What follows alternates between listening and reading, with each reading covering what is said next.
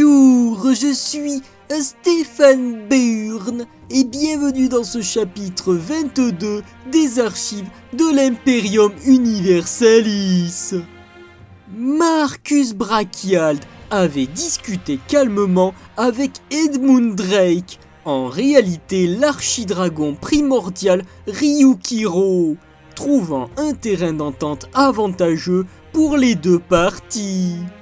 Mais dans la foulée, l'alerte générale avait été donnée. Une immense flotte de vaisseaux d'origine inconnue se dirigeait droit vers le pôle nord de Symphonie. L'humain, comprenant du tac au tac qu'il s'agissait des écumeurs, on s'en serait pas douté. Il avait convaincu l'Omnos Prime de ne surtout pas les attaquer, mais plutôt d'entrer en contact avec eux. Cela avait été un succès, l'empereur de Terra Prime faisant comprendre aux machines que leur intérêt était de se tenir à l'écart. Ces dernières se retirant sur le continent de Shoto Arashi, le calme était revenu au sein de la nouvelle Omiria. Retournant auprès de Scarlett et Serana, Marcus avait annoncé une mauvaise nouvelle à son amante Quanari. Voyons. Dans sa paranoïa, craignant que leurs enfants à naître ne soient la cible de Madohata, l'humain avait pris la décision qu'à leur naissance, ils soient dispersés aux quatre coins de la planète. Aux quatre coins, mais comment c'est possible vu qu'ils sont que 3?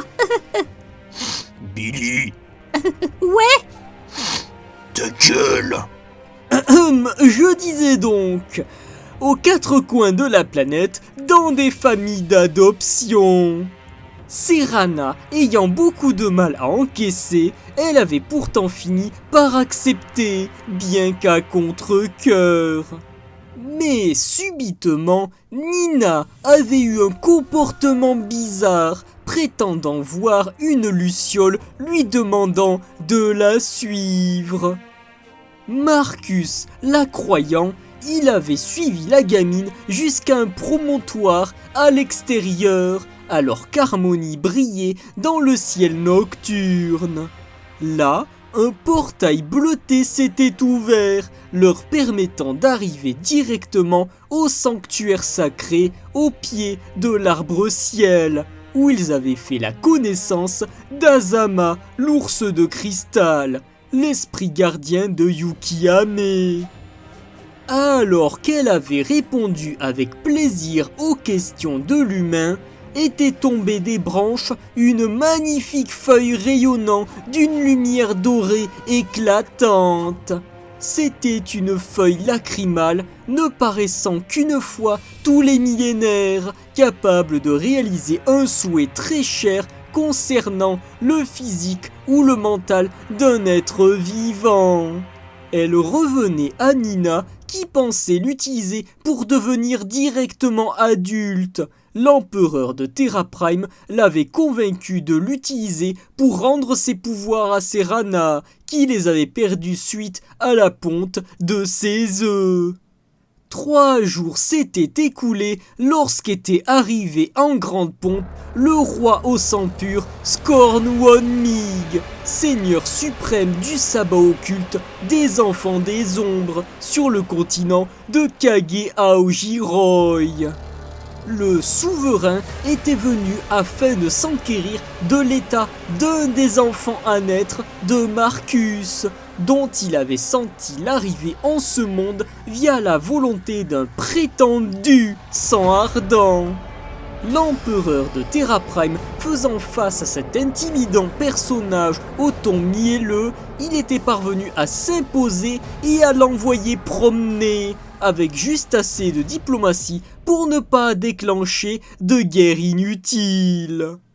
Bien plus tard, Marcus avait retrouvé Scarlett et Serana dans leur chambre, l'humaine invitant l'empereur de Terra Prime à une partie de jambes en l'air bien particulière.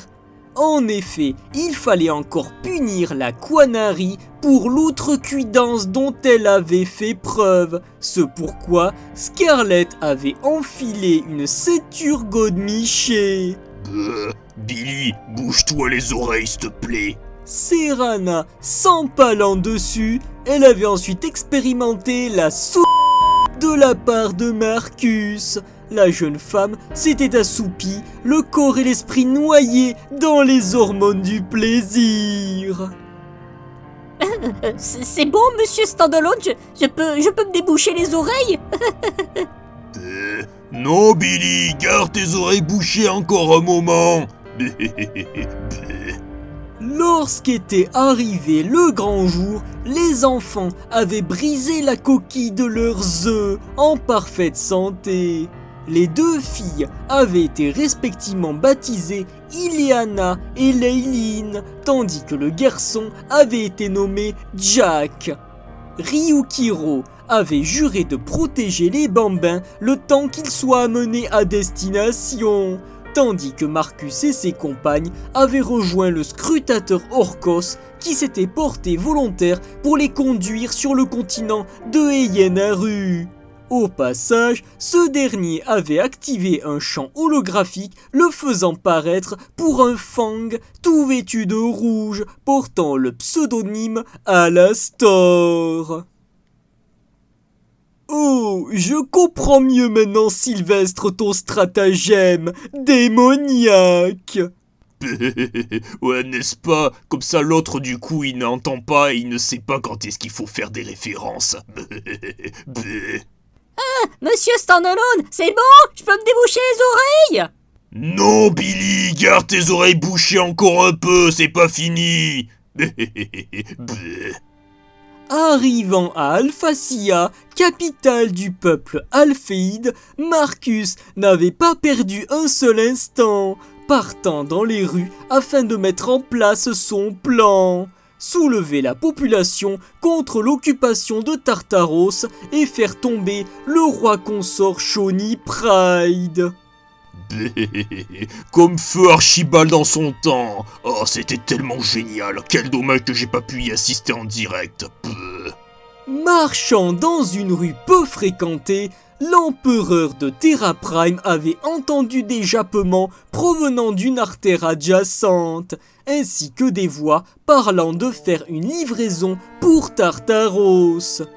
Ni une ni deux, Marcus avait foncé dans le tas, matant 3 mercenaires ayant auparavant massacré une meute tout entière d'agrégats sauvages quadrupèdes.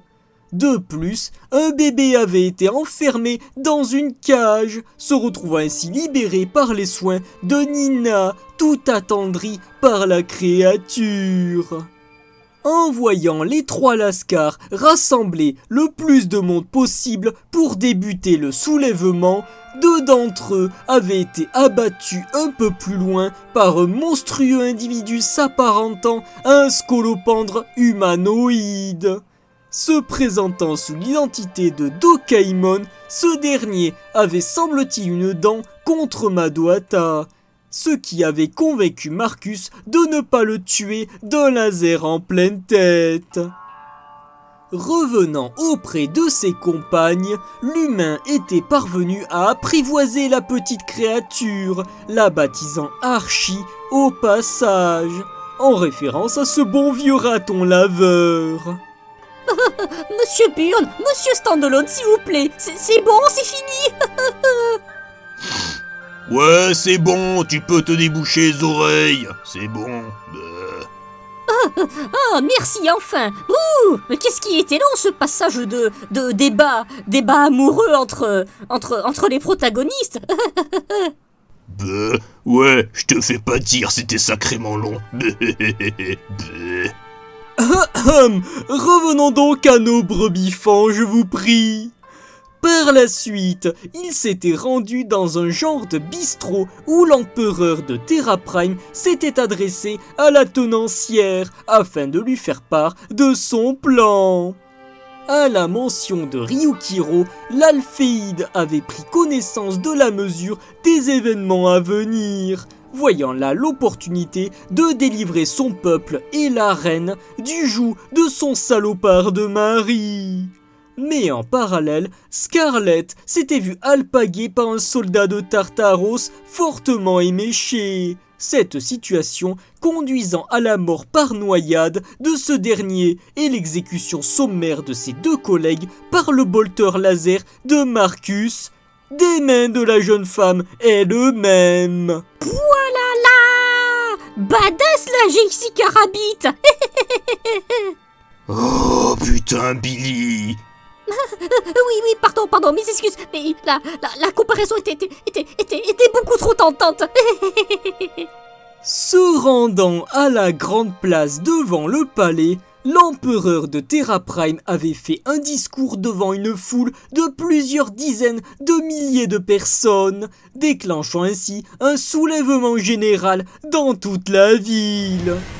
Tandis que Serana et Nina massacraient les soldats à tour de bras à l'extérieur, Marcus et Scarlett étaient rentrés dans la grande salle du trône, faisant ainsi face à la reine Ikari, ainsi que Shawnee Pride lui-même.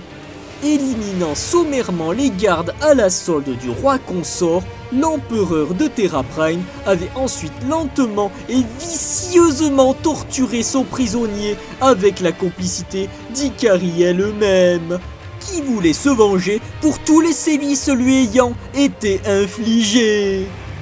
Marcus avait pu ainsi obtenir de précieuses informations, notamment celles impliquant que ce fameux Dokaimon était en réalité l'un des lords à la botte de Pieris Pride.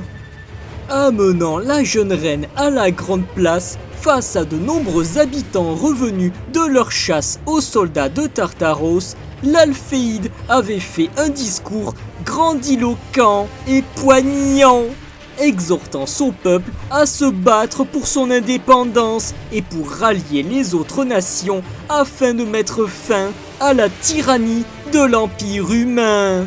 Youhou! Viva la révolution! Commandante et Marcus Brachial.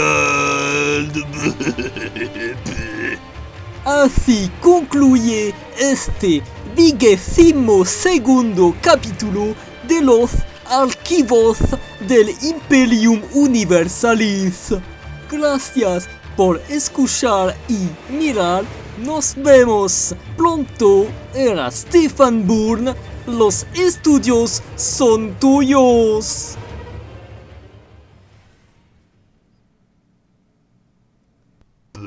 C'est quoi ce bordel, Stéphane? Tu parles espagnol, toi? Depuis quand?